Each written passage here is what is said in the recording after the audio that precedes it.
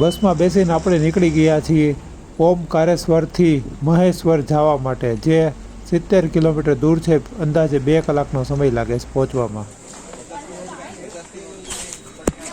Finally મિત્રો પહોંચી ગયા છીએ મહેશ્વર ઘાટ ઉપર.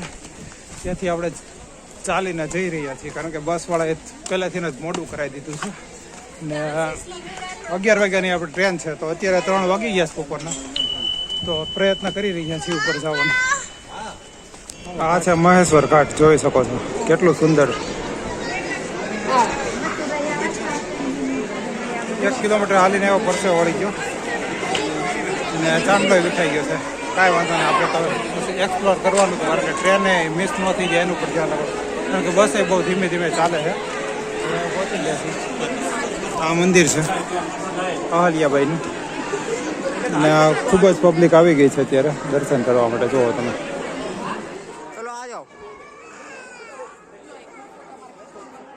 રાણી અહલ્યાબાઈ હોલકર મહારાષ્ટ્ર રાજ્યના માળવા રાજ્યના મહારાણી હતા. તેનો જન્મ મહારાષ્ટ્રમાં થયો હતો. અહલ્યાબાઈએ ઇન્દોરને બદલે નર્મદા નદીને કિનારે આવેલું મહેશ્વર પોતાના રાજધાની બનાવી હતી. મહેશ્વર કિલ્લો અને તેના ઘાટ તેમને નર્મદા નદી કિનારે આવેલો અત્યંત સુંદર અને મજબૂત કિલ્લો હતો. આ કિલ્લાને રામાયણ અને મહાભારતમાં મહેશ્વરને મહેશવતી તરીકે ઓળખવામાં આવતો. આપણે બાહુબલી ફિલ્મમાં પણ ઘણી વખત સાંભળ્યું છે જય મહેશમતી, તે આ જ છે. રાણી અહલ્યાબાઈએ સોમનાથ, અયોધ્યા, મથુરા, હરિદ્વાર, ક્રાંતિપુરી જેવા અનેક ધાર્મિક સ્થળોનો મંદિરો, ધર્મશાળાઓ, કુવાઓ અને ઘાટ બનાવ્યા હતા. જોયું મિત્રો કેટલું સુંદર છે આ મહેશ્વર છે, જે 50 થી 60 કિલોમીટર ઓમકારેશ્વરથી થાય છે. ખૂબ જ સુંદર જગ્યા છે. અહીં આવીને બહુ મજા આવી ગઈ. જોવો તમે લોકેશન જોવો. હા, એક નંબર છે, સુપર લોકેશન. અહીંયા ફોટોગ્રાફી ને બોટમાં કોઈને આટો મરવો હોય તો પણ મરાવે છે. આ નર્મદા પરિક્રમામાં પણ આવે છે. ઘાટમાં જો કેટલી બધી માછલીઓ છે.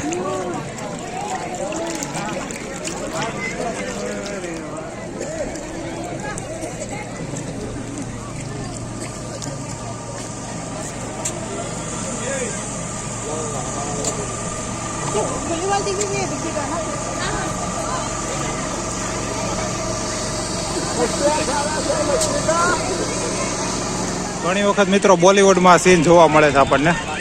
વારાણસી બતાવે, બનારસ બતાવે. ખરેખર આ બનારસ નથી, આ છે ઓમકારેશ્વરથી દૂર આવેલું ખૂબ જ મસ્ત જગ્યા.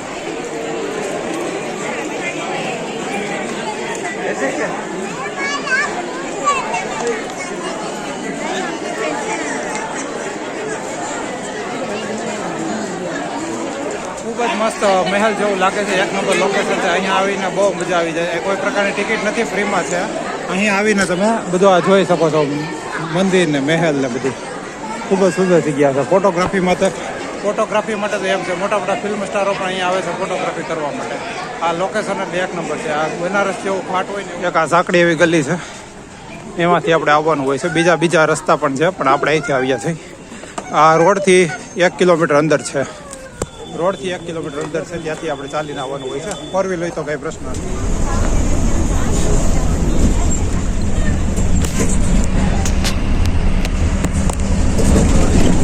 પહોંચી ગયા છીએ ઉજ્જૈન.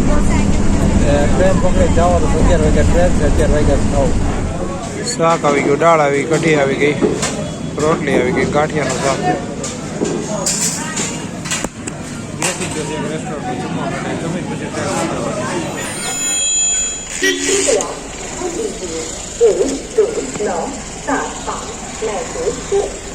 ઉજ્જૈનના રેલવે સ્ટેશને પહોંચી ગયો છું. ત્યાંથી હવે ટ્રેન પકડીને અમદાવાદ પહોંચી જશું.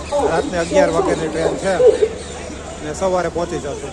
ઉજ્જૈનના રેલવે સ્ટેશન ઉપર બેઠો છું, 6 નંબરના પ્લેટફોર્મ ઉપર. એક સીન થઈ ગયો છે મિત્રો. જે ટ્રેન સાંજે 11 વાગે રાત્રે આવવાની હતી એ નથી આવી. અત્યારના લગભગ 6 વાગવા આવ્યા છે, હજી ટ્રેન નથી આવી. હવે એમ કહે છે કે 7 વાગે ટ્રેન આવશે. તો જોઈએ હવે ક્યારે ટ્રેન આવે છે, ક્યારે આપણે બેસીએ ટ્રેનમાં. અત્યારમાં એ સીન થઈ ગયો છે મિત્રો. આજે આખી રાતનો ઉજાગરો થઈ ગયો, જાગવું પડ્યું છે. કાંઈ વાંધો નહીં, 1 કલાકમાં ટ્રેન આવશે. આખી રાત જાગ્યા 1 કલાક વધારે હવે જાગીને પછી ટ્રેનમાં બેસી સીધા અમદાવાદ.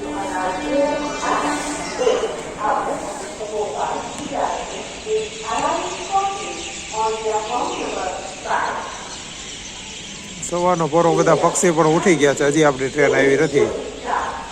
અત્યારનો નજારો ખૂબ જ સુંદર છે. જો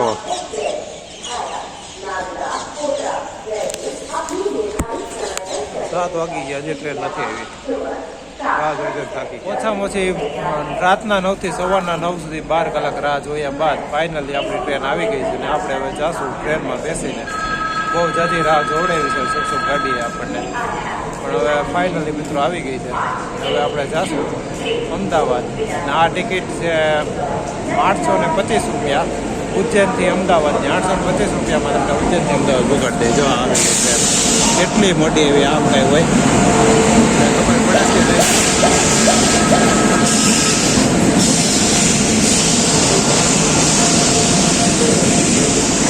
હાલો મિત્રો, એસી કોચનો ડબ્બો છે અમારો. થર્ડ લાઈન એસી છે. 825 રૂપિયા ટિકિટ છે. આપણે એમાં બેસીને જવાનું.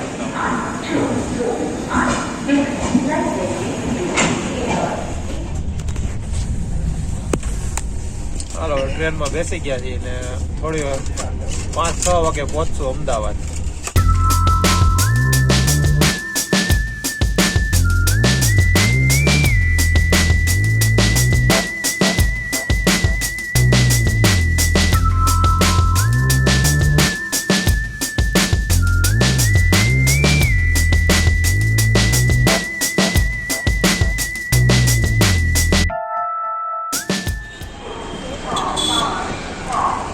કાળુપુર રેલવે સ્ટેશનથી ઉતરીને હવે જઈ રહ્યા છીએ બસ સ્ટેન્ડ ઉપર. ત્યાં બસ મળીને સીધા પહોંચી જશું અમરેલી.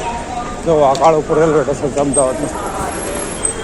અહીંથી રિક્ષાવાળા 20 રૂપિયા લે છે, જે આપણને બસ સ્ટેન્ડે મૂકી જાય. અમદાવાદથી અમરેલી જે 250 કિલોમીટર દૂર છે, જેનું ભાડું છે 230 રૂપિયા, જે 7 થી 8 કલાકે અમરેલી પહોંચાડે છે.